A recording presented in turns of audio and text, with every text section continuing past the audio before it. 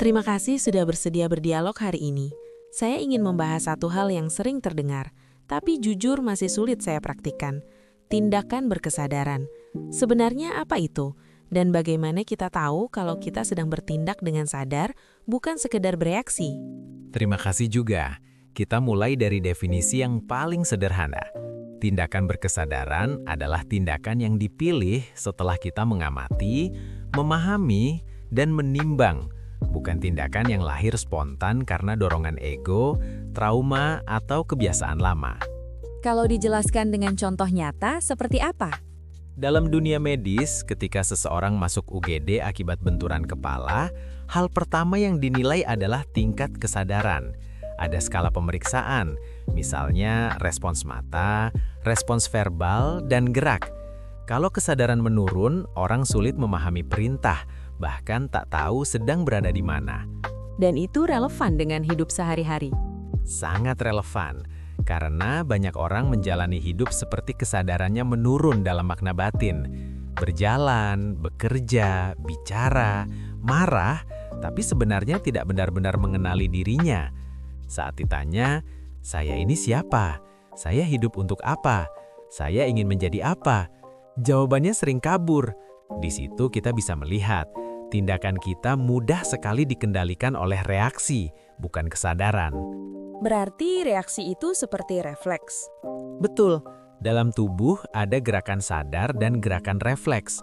Dalam batin pun sama, ada respons sadar dan respons refleks ego. Contohnya seperti apa? Misalnya seseorang pernah trauma. Saat bertemu orang yang mengingatkan pada traumanya, tubuh dan pikiran bisa otomatis menghindar, bahkan sebelum ada bukti bahwa situasi sekarang benar-benar berbahaya. Itu bukan salah secara moral, tapi itu tanda bahwa kendali ada pada refleks lama, bukan pada kesadaran yang jernih. Kalau ego muncul, biasanya respons kita apa? Umumnya dua, melawan atau menghindar, fight or flight. Ketika disakiti, kita ingin membalas. Ketika tidak nyaman, kita ingin menjauh. Tapi bukankah kadang menjauh itu perlu? Benar, menjauh bisa menjadi tindakan sadar kalau dipilih dengan tenang demi batas sehat.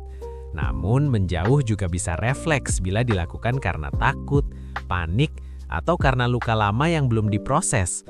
Pembeda utamanya, apakah keputusan itu lahir dari kejernihan atau dari dorongan yang meledak?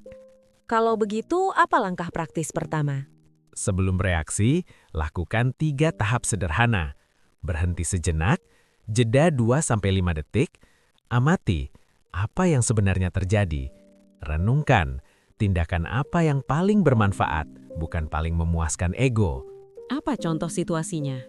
Misalnya, Anda ditabrak dari belakang, reaksi refleks, marah, menyalahkan, menuntut. Tindakan sadar, cek dulu orangnya, lihat kondisinya, pastikan aman, baru urus sisanya tanpa emosi berlebihan. Bukan berarti kita lemah, justru kita sedang memilih respons yang lebih tinggi kualitasnya. Saya juga ingin tanya, ada orang yang mengalami celetukan-celetukan menakutkan tentang kematian, tentang musibah, tentang hal buruk. Itu bikin cemas sekali. Harus bagaimana? Yang pertama, pahami bahwa kematian adalah kepastian, tetapi waktu dan caranya bukan kepastian. Banyak ketakutan muncul karena pikiran mencoba mengendalikan sesuatu yang tidak bisa dipastikan. Lalu cara menghadapinya bagaimana? Bukan dengan berperang melawan pikiran, melainkan dengan reedukasi batin, mengubah cara batin memaknai kematian. Jika kita menerima bahwa kematian adalah bagian dari perjalanan, kata kematian tidak lagi jadi teror, melainkan pengingat agar kita menghargai hidup.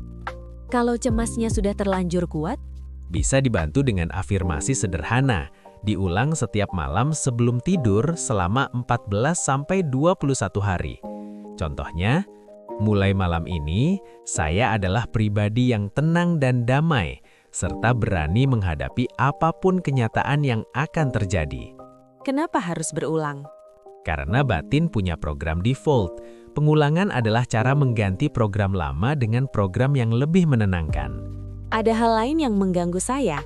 Kenapa banyak orang tidak mengucapkan terima kasih, maaf, atau permisi, padahal itu sederhana?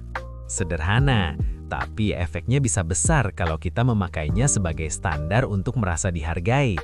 Dalam tindakan berkesadaran, kita boleh tetap beretika, tetap mengajarkan anak untuk berterima kasih, tapi kita tidak menjadikan respons orang sebagai kunci kebahagiaan kita. Jadi kalau saya menolong orang dan dia diam saja, Latih diri untuk tidak terseret luka kecil. Tanyakan, saya menolong untuk apa? Kalau untuk ketenangan batin, maka batin Anda tetap tenang, walau orang tidak membalas sesuai harapan. saya pernah mengalami, ada orang marah besar pada saya. Saat itu saya tenang, tidak membalas. Tapi setelahnya saya jadi menjaga jarak. Itu tindakan sadar atau refleks? Bisa dua-duanya, kita lihat tandanya.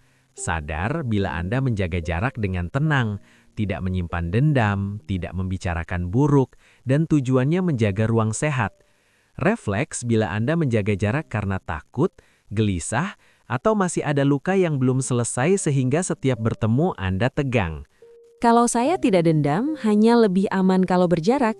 Itu bisa sangat sadar. Kadang jarak adalah bentuk kebijaksanaan, bukan permusuhan. Ada orang yang sering terbangun tengah malam, sulit tidur. Itu mengganggu, tapi bisa jadi bermakna. Bisa. Pada usia tertentu, kebutuhan tidur berubah. Terbangun bisa terjadi alami. Namun ada cara memanfaatkannya. Gunakan momen sunyi itu untuk mengarahkan batin. Seperti apa? Dengan afirmasi penyembuhan atau visualisasi sehat. Contohnya, mulai malam ini, tubuh saya pulih, kaki saya kuat, saya berjalan semakin stabil.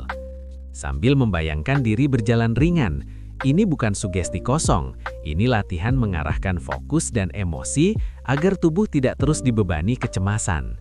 Kalau dirangkum, inti tindakan berkesadaran itu apa? Intinya, jeda, amati, pilih. Kita tidak melarang emosi hadir, tapi kita tidak menyerahkan kemudi pada emosi.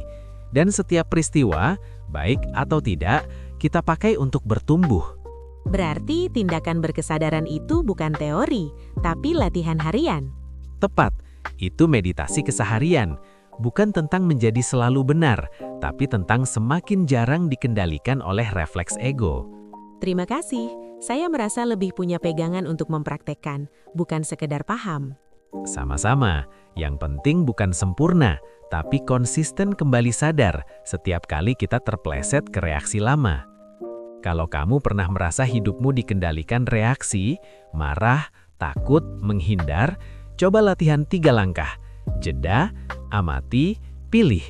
Tulis di komentar, situasi apa yang paling sering memancing reaksi egomu.